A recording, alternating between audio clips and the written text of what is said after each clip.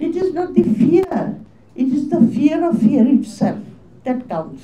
আমি ভয় পাচ্ছি, আমি ভাই কথা বলবো না, কথা বললে আমাকে ধরে নিয়ে যাবে। এই সাইকোসিসটা তৈরি করার জন্য আজকে আমরা এই অবস্থায় এসে পৌঁছেছি।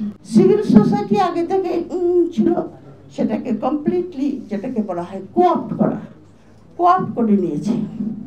তারপরে যে জিনিসটা করেছে 2018 সাল থেকে শুরু করে, সেটা হলো একটা ফিয়ার সাইকোসিস তৈরি করেছে এই দেশে, ভয়ের সংস্কৃতি।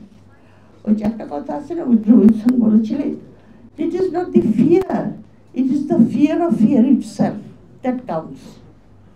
আমি ভয় পাচ্ছি, কেন হতে পারে এটা?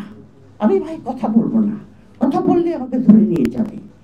এই সাইকোসিসটা তৈরি করার জন্য আজকে আমরা এই অবস্থায় এসে পৌঁছেছি। সলোমন সাহেবের মতো লোকের অনেক দরকার বাংলাদেশে, অবশ্যই। উনি যে সাহসিকতার সঙ্গে ফেনীতে যেভাবে উনি সিচুয়েশন হ্যান্ডেল করেছেন, ওনার বইটা পড়তে খুবই ভালো লেগেছে। এই কারণে যে মনে হয়েছে আমাদের দেশের লোক আছে, এটাই আমার কাছে ভালো লেগেছে যে এরকম লোক আছেন, তারা সাহস দেখিয়েছেন, তারা দেশকে ভালোবেসে এমন একটা নির্বাচন করেছেন যে নির্বাচনে আমরা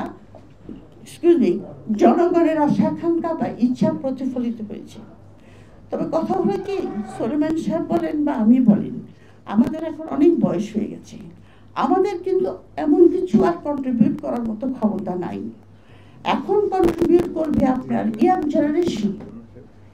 জেনারেশনকে উদ্বুদ্ধ করার জন্য এই বইটা খুবই প্রয়োজন।